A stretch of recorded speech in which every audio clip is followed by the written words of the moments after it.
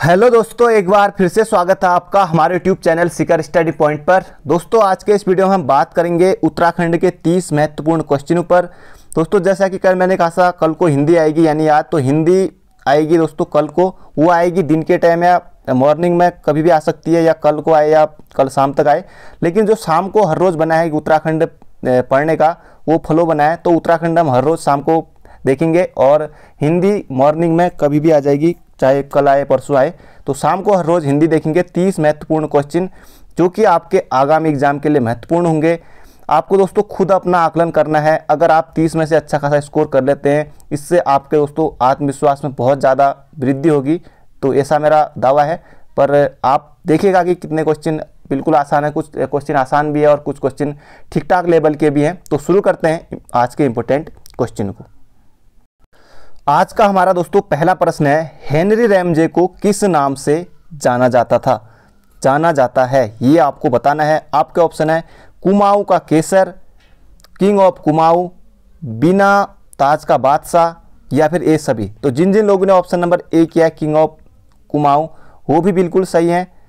और जिन्होंने सभी किया है तो वो भी बिल्कुल सही है। पर यहाँ पर हम सभी को करेंगे, क्योंकि अगर किंग ऑफ कुमाऊं किसे कहा जाता है एक नंबर के लिए, तब आप हेनरी रैमजे करेंगे। या जब इस तरह से पूछेगा कि किंग ऑफ कुमाऊं किसे कहा जाता है, हेनरी रैमजे या फिर जॉर्ज विलियम ट्रेल गार्डनर या फिर लूसिंगटन, इस तरह से जो ऑप्शन रहेंगे, तब आप हेनरी रैमजे को करेंगे। पर यहाँ पर कुमाऊं का केसर भी कहा जाता है हेनरी रैमजे को, किंग ऑफ कुमाऊं भी कहा जाता है, बिना ताज का बादशाह भी कहा जाता है। तो ये सभी ऑप्शन नंबर डी बिल्कुल सही हो जाएगा हमारा। बाकी आपने अभी तक इसका उत्तर सोच लिया होगा अपने मन में। दोस्तों, ये पहले तो बहुत ज़्यादा समय तक रहे थे, लेकिन कुछ कमिश्नर तो उस समय कमिश्नर बने 1856 से 1884 के बीच में।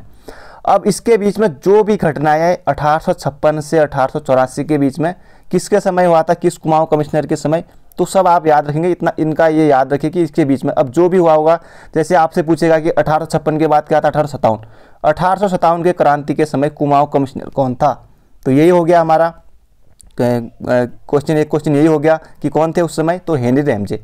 जितने भी इसके बीच में है तो सारी घटनाएं आप याद रखेंगे। जैसे 1884 है तो 1884 में जैसे आपको याद आया होगा कि काठगोदाम में रेल भी आई थी, तो ये भी उनके समय आप कह सकते हैं। और भी दोस्तों, जैसे 1867 में हिल साइड सेफ्टी कमेटी का गठन हुआ था, जबकि नैनीताल में जो पहली बार भूस्खलन आया था उसके बाद ये किया गया था।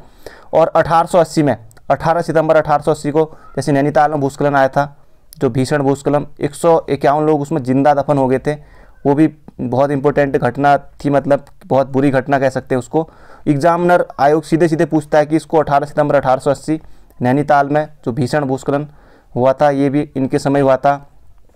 और नैनीताल को स्कूली शिक्षा के रूप में विकसित करने का श्रेय जाता है, वो भी इनको ही जाता है, ये आप बिल्कुल याद रखेंगे। बाकी इनके बारे में बहुत कुछ है, इंपॉर्टेंट है हेनरी रैमजे।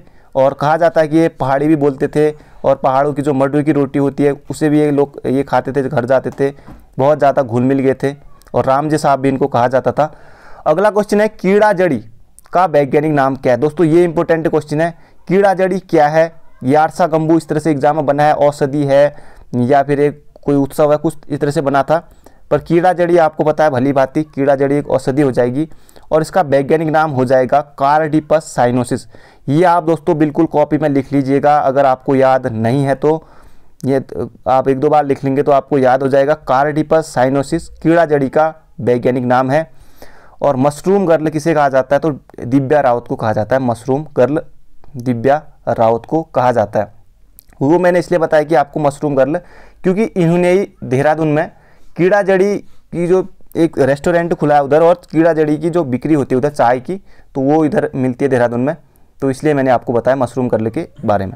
दिव्या रावत, और वैज्ञानिक नाम हो जाएगा कार्डिपस साइनोसिस। इसे आप बिल्कुल याद रखिएगा, किसी एग्जाम में एक नंबर के लिए जरूर पूछ लिया जा सकता है।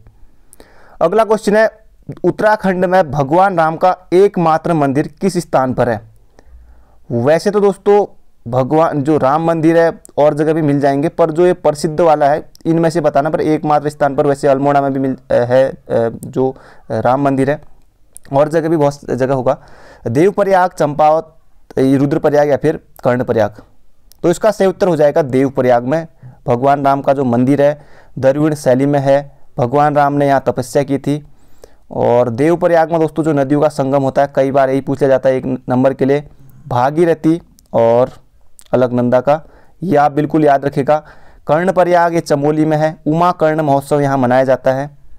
और कर्णप्रयाग में हो जाएगा अलकनंदा और पिंडर। रुद्रप्रयाग, अलकनंदा और मंदाकिनी। चंपावत खुद एक जनपद है, 1997 में इसका गठन हुआ था। बहुत सारी चीज़ें चंपावत जनपद में हैं, बालेश्वर मंदिर है, देवीधुरा मेला लगता है देवीधुरा में। अगला क्वेश्चन है 36 रकम 32 कलम की व्यवस्था का उन्मूलन किसने किया था? ये दोस्तों इंपॉर्टेंट क्वेश्चन है। 36 रकम 32 कलम का जो व्यवस्था थी, एक कर था, कर टैक्स, इसका उन्मूलन किसने किया था? तो लगाया तो था ये चंदू ने, ये आप याद रखेंगे, क्योंकि चंदू की जो 36 रकम 32 कलम, चंदू ने बहुत सारे कर लगाए थे, तो उनमें ये शामिल है 36 रकम 32 कलम। इसका उन्मूलन किया था गोरखा शासकों ने, तो ये आप बिल्कुल याद रखेंगे। 36 चंदू ने 36 कर लगाए, जिन्हें 36 कहा जाता था, ये भी है, तो ये आप याद रखेंगे। इन्होंने उन्मूलन किया था गोरखा शासकों ने। गोरखाओं की दोस्तों न्याय प्रणाली भी बड़ी गजब की थी, ये आपने पढ़ी होगी। तो क्योंकि गोलाद्वीप, कढ़ाई द्वीप बहुत ज़्यादा इस तरह की खतरनाक न्यायिक व्यवस्था थी। बाकी और भी कई ज़्यादा सजा देने के लिए बहुत ज़्यादा अलग अलग तरीके किए जाते थे उस समय। अगला क्वेश्चन है उत्तराखंड में कोतवाली चबूतरा किस जनपद में स्थित है? ये आपको बताना है चंपावत, देहरादून, बागेश्वर या फिर चंबा टिहरी में। तो कोतवाली चबूतरा दोस्तों, रानी का चबूतरा, ये हो जाएगा चंपावत में। चंपावत में आप लोग बिल्कुल याद रखेंगे, इसको एग्जाम में आए ना आए पर आप याद रखिएगा। अगला क्वेश्चन है राज्य में बाली दर्रा किस स्थान पर है? अब आपके सामने दोस्तों 4 जो हमारे धाम, प्रसिद्ध धाम है, हम गंगोत्री, यमुनोत्री, केदारनाथ और बद्रीनाथ। ये ना आप समझ गए होंगे, नथ पहनने वाली होती है, और नाथ बद्रीनाथ आप समझ गए होंगे कि थोड़ा टाइपिंग एरर है। और बाली दर्रा दोस्तों किस स्थान पर है? ये हो जाएगा यमुनोत्री में। यमुनोत्री उत्तरकाशी में है, ये आप बिल्कुल याद रखेंगे, बाली दर्रा। बाकी बहुत सारे दर्रे हैं राज्यों में जो पूछे जाते हैं। कालिंदी दर्रा जो है उत्तरकाशी और चमोली के बीच है, कालिंदी दर्रा उत्तरकाशी और चमोली के बीच में। उत्तरकाशी में श्रीकंठ दर्रा भी है, जो कि उत्तरकाशी और हिमाचल प्रदेश के बीच है। बद्रीनाथ चमोली में है, अलकनंदा के तट पर है। बाकी दोस्तों बहुत सारी चीज़ें हैं, इनके बारे में बताने के लिए मेरे पास बहुत चीज़ें। गंगोत्री उत्तरकाशी में ही कई बार 1 नंबर के लिए, केदारनाथ के निकट बासुकी ताल है, बहुत सारी चीज़ें हैं। बढ़ते हैं अगले क्वेश्चन की तरफ। यशोधर मठपाल का नाम किस विधा से जुड़ा है? तो दोस्तों 30 क्वेश्चन है, इसलिए थोड़ा हम जल्दी जल्दी चलेंगे, 30 आधे घंटे तक रहेगा ये, क्योंकि इसमें दोस्तों नंबर नहीं पड़ा हुआ है, पर गिनेंगे तो आप 30 ही हैं। यशोधर मठपाल का नाम किस विधा से जुड़ा है? कहानी से, कविता से, संगीत से या फिर चित्रकला से? यशोधर मठपाल का नाम दोस्तों, ये इंपॉर्टेंट क्वेश्चन है, यशोधर मठपाल का नाम किस विधा से जुड़ा है, ये आपको बताना है यहाँ पर। इसका सही उत्तर हो जाएगा चित्रकला से। अब आपको चित्रकला से याद करने के लिए इनकी एक पुस्तक याद करनी पड़ेगी आपको, कुमाऊं की चित्रकला। इसे आप याद रखिएगा, कुमाऊं की चित्रकला एग्जाम में भी पूछी गई है।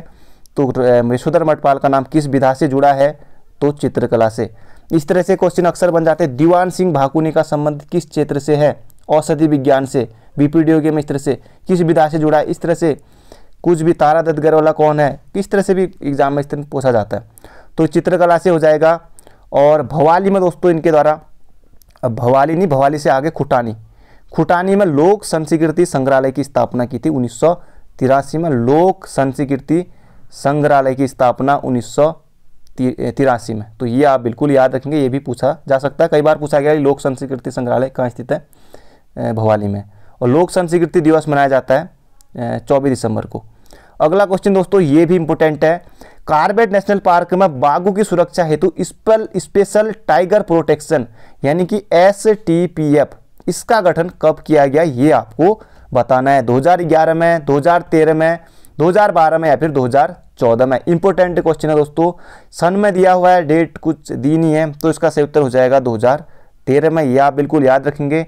कार्बेट नेशनल पार्क की स्थापना हुई थी 8 अगस्त 1936 को। आपके मन में भी 1936 आया होगा, जिन्होंने डेट पढ़ी अच्छी बात है, नहीं पढ़ी तो 8 अगस्त 1936 को, 8 अगस्त 1936 को। 8 अगस्त से याद आया, 8 अगस्त को तीलू रौतेली का भी जन्मदिन मनाया जाता है, 8 अगस्त 1661 में। तो 2013 में हुआ था। और कार्बेट नेशनल पार्क 2 जिलों में है, कौन कौन से? पौड़ी और नैनीताल। पौड़ी और नैनीताल में से सबसे ज़्यादा क्षेत्रफल कहाँ होगा? सबसे ज़्यादा क्षेत्रफल कहाँ होगा दोस्तों, नैनीताल में नहीं है, पौड़ी में ज़्यादा क्षेत्रफल है इसका। और ये आप बिल्कुल याद रखेंगे, लगभग 520 के आसपास है, पॉइंट छोड़ दीजिएगा, 520 याद रखिएगा। जैसे अस्कोट का है 599 कितना कितना 600 लगभग याद रखिए, क्योंकि पॉइंट आयोग भी दूर दूर थोड़े दूर के ऑप्शन जरूर देगा। पढ़ते हैं अगले क्वेश्चन की तरफ। बाकी रामगंगा नदी बहती है, पश्चिमी रामगंगा, कोसी भी बहती है इधर, और प्रवेश द्वार का नाम जो है ढिकाला है। अगला क्वेश्चन है, कत्यूरी शासकों की राजभाषा थी। कत्यूरी दोस्तों मध्यकाल में कुमाऊं में ये इन्होंने राज किया था। यहाँ कत्यूरी की जो राजभाषा ये आपको बताना है, कुमाऊनी, संस्कृत, हिंदी, गढ़वाली। अब दोस्तों ये कुमाऊनी जो राजभाषा है, हिंदी या गढ़वाली, कुमाऊनी, ये तो होगा नहीं, इसका सही उत्तर है संस्कृत। कत्यूरी की थी जो राजभाषा, ये आप याद रखिए, जिसे दरबारी भाषा भी कहते हैं, दरबारी भाषा राजभाषा, ये थी हमारी कत्यूरी की संस्कृत। बाकी जैसे औरों की भी थी, कार्तिकेय राजवंशी की भी यही थी, ये आप याद रखेंगे। अगला क्वेश्चन है, वन अनुसंधान संस्थान FRI भवन का डिजाइन ब्रिटिश वास्तुविद ने किया था। ये भी इंपॉर्टेंट क्वेश्चन है। सर एंटनी मैकडोनल्ड, सर रास्केल बेनी, या फिर CG ब्लोमफील्ड, या फिर AC चैपमैन। इसका सही उत्तर हो जाएगा CG ब्लोमफील्ड। आपने भी बिल्कुल सही उत्तर दिया दोस्तों, आपकी मेहनत भी गजब की है, CG ब्लोमफील्ड।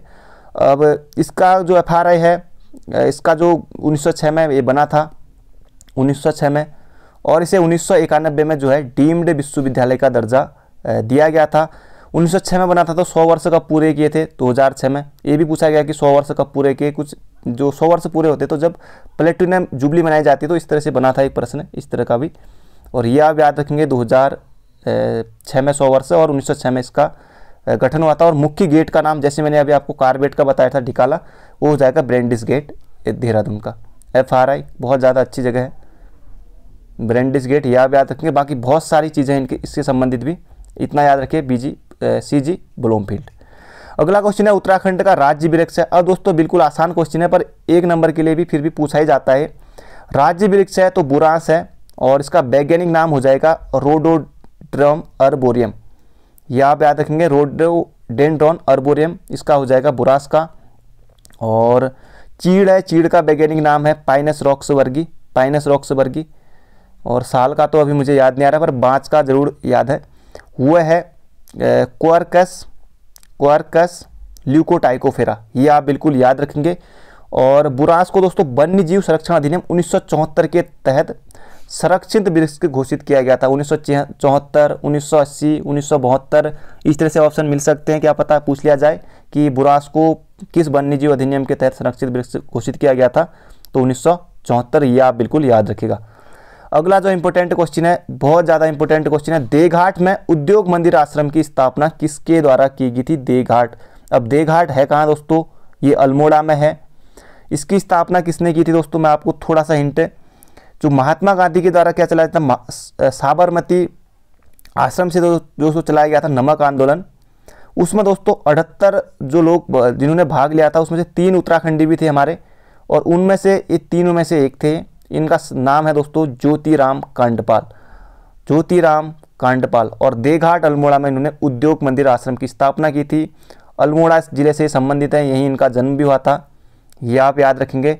और जो उसमें बताया कि मैंने 78 सत्याग्रही में जो इनमें भी ये थे ज्योतिराम कांडपाल, और 78 में से 3 तो ये थे, 3 हमारे यहाँ से थे, और इनमें एक तो ये हो गए, और एक थे गोरखा बहादुर या गोरखवीर खड़क बहादुर सिंह, और एक ऑप्शन नंबर जो है भैरव दत्त जोशी, ये भी उसमें थे, ये भी आप बिल्कुल याद रखेंगे। बाकी बढ़ते हैं अगले क्वेश्चन की तरफ। अगला क्वेश्चन है, उत्तराखंड राज्य का एकमात्र क्षय रोग चिकित्सालय कहाँ स्थित है। अब दोस्तों ये जो क्षय रोग चिकित्सालय, इसके बारे में मैंने कहीं एक बुक में पढ़ा था कि जो नेहरू जी की पत्नी थी, उन्होंने भी यहाँ अपना इलाज कराया था करके। अल्मोड़ा में, भवाली में, नैनीताल में, या फिर भीमताल में। तो दोस्तों TB सैनिटोरियम या फिर जो क्षय रोग चिकित्सालय, ये है भवाली में, और भवाली नैनीताल में है अगर जनपदों में आएगा तो। ये आप याद रखेंगे, उत्तराखंड राज्य का इस तरह से प्रश्न बना है भवाली में 1912 में, ये आप बिल्कुल याद रखेंगे। और भवाली में दोस्तों, भवाली में पर्वतीय फल बाजार भी कहा जाता है। और भवाली में दोस्तों, हाँ, उत्तराखंड न्यायिक एवं विधिक अकादमी, उत्तराखंड न्यायिक एवं विधिक अकादमी इनकी उजाला, ये भी कहाँ है, ये भी है भवाली में। अगला क्वेश्चन है, उत्तराखंड को किस वर्ष को उत्तराखंड में पर्यटन वर्ष घोषित किया गया। 2013, 2015, 14, 16। अब दोस्तों 2015 भी सही उत्तर है, और इस ऑप्शन के हिसाब से अगर 2001 रहे, ये वाले ऑप्शन नहीं रहेंगे, या फिर ए और सी 2001, 2015 ए और सी दोनों, ऑप्शन नंबर डी, इस तरह से कुछ बनेंगे। तो 2001 में भी किया गया था, उत्तराखंड सरकार ने पर्यटन को बढ़ावा देने के लिए पर्यटन वर्ष घोषित किया था 2001 और 2015 में, ये आप बिल्कुल याद रखिएगा। और जो नई पर्यटन नीति आई है वो 2018 में आई है, नई पर्यटन नीति 2018 में, और जो इससे पहले वाली पर्यटन नीति थी वो भी 2001 की थी, 2001 की पर्यटन नीति थी, ये आप बिल्कुल याद रखेंगे। अप्रैल 2001 की थी वो, 26 अप्रैल 2001, हाँ 26 अप्रैल 2001 की। अगला क्वेश्चन है, अजीत डोभाल का संबंध है, अजीत डोभाल का संबंध है। दोस्तों अभी तक आपने वीडियो को लाइक नहीं किया तो एक लाइक निश्चित रूप से आप कर दीजिए। और अभी बहुत क्वेश्चन है, टोटल 30 क्वेश्चन है, अभी बने रहिएगा और निश्चित रूप से आपका आत्मविश्वास जरूर बढ़ेगा अगर आप खुद अपने मन में आकलन जरूर करें। अजीत डोभाल का संबंध है, अब ये आपको भली भांति पता होगा, प्रमुख साहित्यकार, राष्ट्रीय सुरक्षा सलाहकार, प्रमुख पत्रकार या फिर प्रख्यात रंगकर्मी। इसका सही उत्तर है राष्ट्रीय सुरक्षा सलाहकार। आपने बिल्कुल सही सोचा है, पौड़ी से ही संबंधित हैं। पौड़ी से दोस्तों बहुत ज़्यादा, जैसे जो हमारे CDS हैं, इससे पहले हमारे जो अभी जनरल बिपिन रावत, तो वो भी दोस्तों कहाँ से हैं, पौड़ी से हैं। बाकी जितने मुख्यमंत्री निकलते हैं अभी तक, ज़्यादातर मुख्यमंत्री हैं वो सब पौड़ी से हैं, और ये आपको बिल्कुल याद रखना है।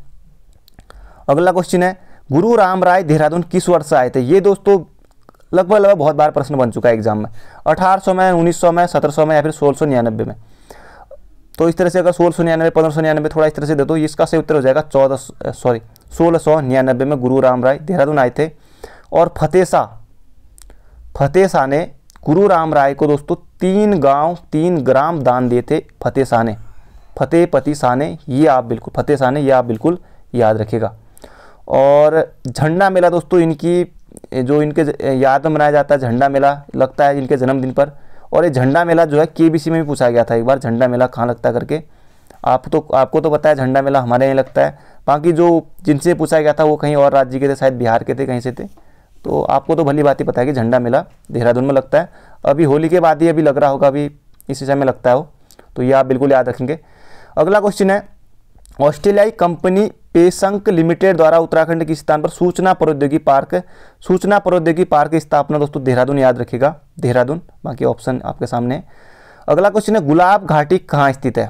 गुलाब घाटी देहरादून, गौचर चमोली, बागेश्वर या फिर काठगोदाम नैनीताल।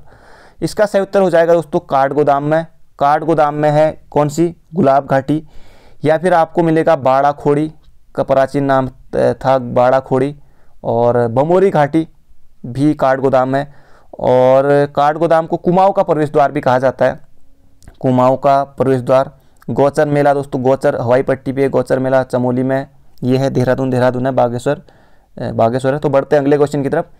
अगला क्वेश्चन है, वन अनुसंधान शाला कहाँ स्थित है। दोस्तों ये पहले भी आया था, वन अनुसंधान शाला चंपावत, नैनीताल, देहरादून, उत्तरकाशी, तो देहरादून ये हमारा बिल्कुल सही हो जाएगा। वन अनुसंधान शाला देहरादून में है। इंदिरा गांधी जो एक वन अकादमी है वो भी देहरादून में ही है। अगला क्वेश्चन है, राजी जनजाति के निवास को क्या कहते हैं। राजी जनजाति के निवास को, दोस्तों इस तरह से क्वेश्चन अक्सर पूछे जाते हैं। राजी जनजाति के निवास को मुंडा, गुनसा, इनमें से कोई नहीं, रत्यूड़ा। तो राजी जनजाति दोस्तों रत्यूड़ा कहा जाता है इनके आवास को, ये आप बिल्कुल याद रखेंगे। निवास को, आवास को जो आए एक ही बात है, रत्यूड़ा बिल्कुल आप ये लोग याद रखेंगे। और इनकी जो बोली है वो है मुंडा। राजू की बोली मुंडा, पिथौरागढ़ में रहते हैं लोग, और बहुत ज़्यादा कम जनसंख्या है इनकी, सबसे ज़्यादा जो जनजातियों में बात करें तो ST की। और गुनसा दोस्तों, गुनसा से याद आया, गुनसा या फिर मुनसा या फिर गुंडा, यह है दोस्तों भोटियों का शीतकालीन आवास। भोटिया लोगों का जो है शीतकालीन आवास है। और मैत इनका ग्रीष्मकालीन आवास है। ये भी फॉरेस्ट गार्ड के एग्जाम में पूछा गया था। अगला क्वेश्चन है, पंडित गोविंद बल्लभ पंत हिमालयन पर्यावरण एवं विकास संस्थान उत्तराखंड के किस जनपद में, इंपोर्टेंट क्वेश्चन है। परीक्षा वाणी में GB पंत हिमालय पर्यावरण एवं विकास संस्थान वही है, क्योंकि गोविंद बल्लभ पंत उत्तराखंड में किस स्थान पर है, देहरादून, पिथौरागढ़, अल्मोड़ा या फिर हरिद्वार में। इसका सही उत्तर हो जाएगा अल्मोड़ा में है। और ये कटारमल के आसपास, कटारमल से थोड़ा आगे है, वहीं पर है। 1988 में इसकी स्थापना हुई थी, 1988 में, ये आप बिल्कुल याद रखेंगे। गोविंद बल्लभ पंत हिमालय पर्यावरण विकास संस्थान, ये आप बिल्कुल याद रखिएगा, इंपोर्टेंट प्रश्न है। अगला प्रश्न है, उत्तराखंड राज्य से प्रकाशित प्रथम दैनिक पत्र कौन सा था? अब इसमें जिन्होंने अच्छे से नहीं पढ़ा दोस्तों, वो लोग बहुत ज़्यादा इसमें कन्फ्यूज हो सकते हैं। गढ़वाली, पर्वतीय, स्वाधीन प्रजा या फिर विशाल कीर्ति। इसका सही उत्तर हो जाएगा दोस्तों, ये भी आपको मिल जाएगा परीक्षा वाणी में, पर्वतीय है, पर्वतीय, ये आप बिल्कुल याद रखिएगा। और गढ़वाली दोस्तों ये निकलता था 1905 में, 1905 में गढ़वाली। और स्वाधीन प्रजा ये भी 1930 में ही निकलता था, विक्टर मोहन जोशी। विशाल कीर्ति दोस्तों सदानंद कुकरेती के द्वारा ये निकाला गया था, सदानंद कुकरेती के द्वारा। और ये जो विशाल कीर्ति है गढ़वाली भाषा का प्रथम है, ये गढ़वाली भाषा का प्रथम है। और उत्तराखंड राज्य से प्रथम दैनिक पत्र ये हो जाएगा पर्वतीय। अगला क्वेश्चन है, राज्य का प्रथम प्रकाशित अंग्रेजी समाचार पत्र। अब ये तो दोस्तों बिल्कुल आपके लिए आसान हो गया, अल्मोड़ा अखबार नहीं, इसका सही उत्तर हो जाएगा द हिल्स। हिंदू, ब्रिटिश, क्योंकि अब हिंदू ब्रिटिश ये तो अगर वहाँ भारत वाले में आ जाएंगे, लेकिन ये हो जाएगा हमारा द हिल्स, जो कि निकलता था कहाँ से? मसूरी से, मसूरी से निकलता था जॉन मैकिनन के द्वारा। और तो ये आप बिल्कुल याद रखेंगे। और 1850 में बंद हो गया था, 1850 के आसपास ये बंद हो गया था, ये आप बिल्कुल याद रखिएगा। और 1842 में निकला था। और अल्मोड़ा अखबार दोस्तों ये 1871 में निकला था, 1871 में, ये आप बिल्कुल याद रखेंगे। और पाइनियर का समकालीन था अल्मोड़ा अखबार। इसमें बहुत सारे संपादक रहे, 5-6 लगभग, बुद्धि बल्लभ पंत, मुंशी इम्तियाज अली, सदानंद सनवाल और बद्रीदत्त पांडे आ गए थे फिर 1913 के बाद से। अगला क्वेश्चन है, विश्व की सबसे लंबी 280 किलोमीटर की पर्वतीय धार्मिक राज्यात यात्रा का आयोजन उत्तराखंड के कितने वर्षों बाद किया जाता है? 12 वर्ष, 8 वर्ष, 6 वर्ष, 10 वर्ष। तो इसका सही उत्तर 12 वर्ष। ये बात चल रही है यहाँ पर नंदा राज्यात यात्रा की, आप लोग समझ ही के होंगे प्रश्न से। 280 किलोमीटर लंबाई, कई बार यही लंबाई पूछा गया, 280, 220 इस तरह से ऑप्शन बने, ये भी एक प्रश्न आपका बन जाता है यहाँ पर 12 वर्षों में। और चमोली जनपद में ये होती है, प्रसिद्ध यात्रा है। कुमाऊं के लोग भी शामिल होते हैं इसमें। वो कहाँ पर होते हैं? 10वां पड़ाव है वो है नंदकेसरी में, नंदकेसरी में। और इससे पहले हुई थी दोस्तों ये 2014 में, 18 अगस्त से 6 सितंबर के बीच में हुई थी। ये भी एग्जाम में प्रश्न बना है। चमोली के जो कासवा है, कासवा का जो गांव है नौटी गांव से, यहाँ से शुरू होती है और होमकुंड तक ये जाती है। और 1905 में भी ये पहली बार हुई थी, उससे पहले भी होती थी। अगला क्वेश्चन है, गौचर मेला उत्तराखंड की एक सांस्कृतिक विरासत से जुड़ा औद्योगिक एवं विकास मेला है जो कि लगता है। अभी दोस्तों कल भी आया था, इसके बारे में मैंने कल भी बताया था 1943 में। और अभी तो जिला पूछ लिया है, जिला हो जाएगा चमोली। 1943 में कमिश्नर बर्नेडी के द्वारा। अलग अलग तरीके से कई बार प्रश्न बनते रहता है। अगला क्वेश्चन है, सिक्कू का धार्मिक स्थल नानक मत्ता स्थित है। दोस्तों ये भी एग्जाम में बना हुआ है। नैनीताल, देहरादून, उधम सिंह नगर या फिर इनमें से कोई नहीं। अब नानक मत्ता नैनीताल नहीं है, यह है उधम सिंह नगर में। उधम सिंह नगर सिक्कू का पवित्र तीर्थ स्थल है। और नानक मत्ता बांध भी यही है उधम सिंह नगर में। और नानक मत्ता दोस्तों एक बांध भी टूटा था 1967 में, ये एग्जाम में आ सकता है। अगला क्वेश्चन है, श्री राम सेवक सभा की स्थापना नैनीताल में कब की गई थी? पहली बात तो एक श्री राम सेवक की जो सभा है इसकी स्थापना कहाँ हुई थी? नैनीताल में। और कब की गई थी? तो 1918 में। आपके यहाँ से 1-2 क्वेश्चन बन गए हैं, ये आप बिल्कुल याद रखिएगा। श्री राम सेवक सभा नैनीताल में 1918 में, और नैनीताल में श्री राम सेवक सभा। अगला क्वेश्चन है, हिमाद्री थपलियाल का संबंध किससे है? हिमाद्री थपलियाल का संबंध किससे है? चित्रकला से, साहित्य से, कला से या फिर शूटिंग से? तो इसका सही उत्तर हो जाएगा शूटिंग से। ऑप्शन के हिसाब से बिल्कुल शूटिंग हमारा बिल्कुल सही है, हिमाद्री थपलियाल, ये आप बिल्कुल याद रखेंगे। इस तरह से पूछा गया था, क्योंकि जो नए लोग होते हैं इस तरह के। अरुण जखमोला का संबंध किससे है?